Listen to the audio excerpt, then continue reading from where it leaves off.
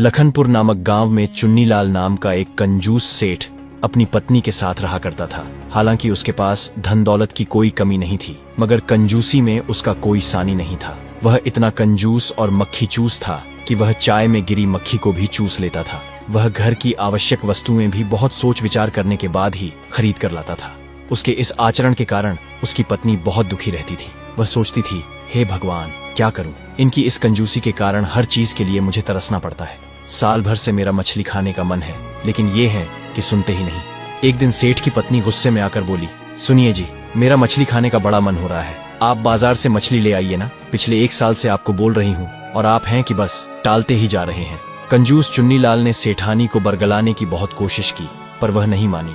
मछली खाने की जिद पर अड़ी रही और कहने लगी, अगर आज आप मछली नहीं लाए तो मुझसे बुरा कोई नहीं होगा। जब सेठानी बिल्कुल ही नहीं मानी तो थक हार कर सेठ चुन्नीलाल को मछली लेने बाजार जाना ही पड़ा। एक मछली बेचने वाले की दुकान पर पहुंचकर सेठ जी ने पूछा, भैया मछली कितने की है? दुकानदार बोला, सेठ जी ये मछली 100 रुपए की है। 100 रुपए सुनकर सेठ जी बोले, अरे ये तो बहुत ज्यादा है भाई, तुम तो बहुत ठग रहे हो। जहां से तुम मछली खरीद कर लाते हो वहां इतने की थोड़े ही मिलती होगी। इस पर मछली वाला बोला, सेठ जी अगर मैं ठग रहा हूं तो आप उसी से जाकर खरीद लो जो थोक रेट पर बेचता है। सेठ जी को यह बात सही लगी और वह थोक रेट वाली दुकान पर पहुंच गए। वहां उन्होंने पूछा, भैया ये मछली कितने की है? दुकानदार बोला, सेठ जी ये मछली 80 रुपए की है। सेठ जी को फिर से दाम ज्यादा लगे। वह बोले, अरे भैया ये तो बहुत महंगी है, इतने की तो मैं नहीं लूंगा। वैसे भी जहां से तुम ये मछली लाते हो वहां इतने की थोड़े ही मिलती होगी। इस पर दुकानदार ने कहा, सेठ जी हमें तो बिल्कुल मुफ्त में मिलती है, क्योंकि हम तो मछली नदी से पकड़ लाते हैं। जाओ तुम भी नदी से जाकर मुफ्त में मछली पकड़ लाओ। सेठ जी को यह बात रास आ गई। वह सोचने लगे, जब मुफ्त में कोई चीज मिल रही है तो फिर पैसे देकर क्यों खरीदूं? यही सोचकर वह नदी की खोज में निकल पड़े और कुछ दूर चलने के बाद उन्हें एक नदी मिल ही गई। नदी पर पहुंचकर सेठ बहुत खुश होकर बोले, वाह मिल गई नदी, अब जल्दी से बढ़िया बढ़िया मछली मुफ्त में पकड़ लाता हूँ। यह सोचकर चुन्नीलाल नदी में उतर गए। मछली पकड़ने के चक्कर में वह काफी गहराई तक पहुंच गए, जहां से बिना तैरे वापस आना संभव नहीं था। अब वह धीरे धीरे डूबने लगे। तब उन्हें याद आया कि उन्हें तैरना तो आता ही नहीं है। मौत करीब देखकर वह भगवान को याद करने लगे। उन्होंने मन में मन्नत मांगी, हे भगवान मेरी जान बचा लो। भाड़ में गई ये मछलियां, अगर मैं इस नदी से बाहर निकल जाऊं तो पूरे 101 ब्राह्मणों को भोजन खिलाऊंगा। मन्नत मांगने से उनके मन में आत्मबल आ गया और वह हाथ पैर मारते हुए थोड़े ऊपर तक आ गए। आंख खोलकर उन्होंने देखा तो थोड़ी राहत मिली, लेकिन मन में सोचने लगे, मैंने बिना सोचे समझे ही 101 ब्राह्मणों के लिए कह दिया। आंधी दूर तो मैं आ ही गया हूँ, थोड़ा कम कर लेता हूँ। तब उसने भगवान से फिर से मन में मन्नत मांगी, हे प्रभु पिछली वाली मन्नत में मैं थोड़ा जोश में भूल गया था। 101 ब्राह्मण बहुत ज्यादा हैं। अगर मैं अब नदी से बाहर निकल जाऊं 51 ब्राह्मणों को भोजन अवश्य करवाऊंगा। थोड़ा साहस करके उसने फिर से तैरना शुरू किया और थोड़ी दूर और आगे आ गया। अब सिर्फ 1/4 हिस्सा ही पार करने को रह गया था। जब उसने देखा कि अब नदी का सिर्फ 1/4 हिस्सा ही बचा है तो वह फिर बोल पड़ा, हे प्रभु 51 ब्राह्मण भी थोड़ा ज्यादा है। अगर मैं अब इस नदी से बाहर निकल जाऊं तो 11 ब्राह्मणों को तो भोजन कराऊंगा ही। ऐसे ही करते करते वह नदी के किनारे पर पहुंच गया। अब पानी 2-3 फुट ही रह गया था। जान बचते ही उसके स्वर और बदल गए। वह जल्दी जल्दी बोल पड़ा, हे भगवान 11 ब्राह्मण भी ज्यादा हैं। मैं 11 न सही, लेकिन 1 ब्राह्मण को तो भोजन कराऊंगा और जरूर कराऊंगा। आखिरकार चुन्नीलाल नदी से बाहर आ गया। बाहर निकलने के बाद उसने सोचा, अब कह तो दिया है कि 1 ब्राह्मण को भोजन कराऊंगा, पर कराऊंगा कैसे? कहने को तो चुन्नीलाल ने बोल दिया था, लेकिन अपनी कंजूसी और पैसे बचाने के चक्कर में वह ऐसे ब्राह्मण की खोज में चल पड़ा जो बहुत कम भोजन खाता हो। कई जगह ढूंढने के बाद भी उसे ऐसा कोई ब्राह्मण नहीं मिला। वह खोजता रहा और कई लोगों से पूछने बताने के बाद आखिरकार उसे एक ब्राह्मण मिल ही गया। चुन्नीलाल उस ब्राह्मण के घर पहुंचा और कहने लगा, पंडित जी मेरा नाम चुन्नीलाल है, मैं पास के ही गांव में रहता हूँ। दरअसल मुझे एक ब्राह्मण को भोजन कराना है, इसीलिए मैं आपके पास आया हूँ। तब वह ब्राह्मण बोला, ठीक है सेठ जी, मैं आपके घर आ जाऊंगा। अब चुन्नीलाल ने ऐसा सवाल पूछ दिया जिसके लिए पंडित जी तैयार नहीं थे। चुन्नीलाल बोला, पंडित जी वैसे आप खाते कितना है? क्योंकि पिछली बार जिस पंडित को मैंने भोजन कराया था वह तो बहुत बड़ा पेटू निकला था, उसने हमरा बहुत सारा खाना खा लिया था।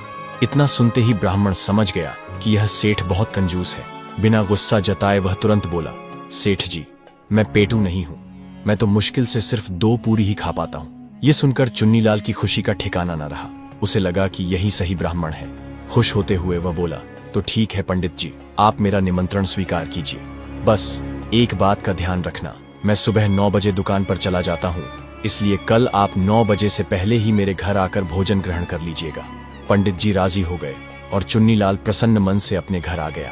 अगली सुबह भोजन की सारी तैयारी करके चुन्नीलाल पंडित जी का इंतजार करने लगा। देखते देखते 9 बज गए, लेकिन पंडित जी नहीं आए। धीरे धीरे 10 भी बज गए। आखिर थक हार कर चुन्नीलाल ने सेठानी से कहा, पता नहीं पंडित जी कहाँ रह गए।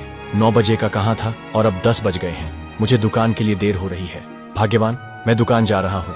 अगर मेरे जाने के बाद पंडित जी आए तो तुम उन्हें भोजन करा देना और 1 रुपए की दक्षिणा भी दे देना। यह कहकर चुन्नीलाल घर से चला गया। उसके जाने के कुछ देर बाद करीब 12 बजे पंडित जी घर पहुंचे। उनके आते ही सेठानी उनके हाथ पैर धुलने लगी। वह पंडित जी के हाथ पैर धो ही रही थी कि तभी पंडित जी फूट फूट कर रोने लगे। पंडित जी को रोता हुआ देखकर सेठानी आश्चर्य से बोली, क्या हुआ पंडित जी, आप रो क्यों रहे हो? पंडित जी रोते हुए बोले, क्या बताऊं सेठानी जी, इस घर में तो मैं कई वर्षों पहले भी आया करता था जब तुम्हारे सास ससुर जिंदा थे। अभी तुम्हारी देवी जैसी सासू माँ की याद आ गई। वह जब भी भोजन के लिए मुझे बुलाती थीं, तो हाथ पैर धुलवाते समय मुझे 11,000 रुपये की दक्षिणा देती थीं। इतना सुनते ही सेठानी तुरंत भावुक हो गई और बोली, सासू माँ नहीं है तो क्या हुआ? पंडित जी, मैं तो हूँ, मैं उस रीति को नहीं बदलूंगी। सेठानी ने तुरंत 11,000 रुपये लाकर पंडित को दे दिए। पंडित जी बड़े खुश हुए। इसके बाद सेठानी ने पंडित के लिए बढ़िया भोजन लगा दिया। पंडित ने पेट भरकर भोजन किया और भोजन खत्म करने के बाद वह एक बार फिर से फूट फूट कर रोने लगे। पंडित जी को इस तरह रोता देख सेठानी चिंतित हो गई। उसने फिर से पंडित जी से पूछा, अब क्या हो गया पंडित जी, खाने में कोई कमी रह गई क्या? पंडित जी सिसकते हुए बोले, नहीं सेठानी जी, ऐसी कोई बात नहीं है, बस मुझे फिर से आपकी लक्ष्मी स्वरूप सासू माँ की याद आ गई। जब वो जिंदा थीं तो मुझे भोजन कराने के बाद 21,000 की दक्षिणा और साथ ही आटा चावल का दान भी देती थी, पर वह सब तो पुरानी बातें हैं, अब वह समय कहाँ लौट कर आएगा।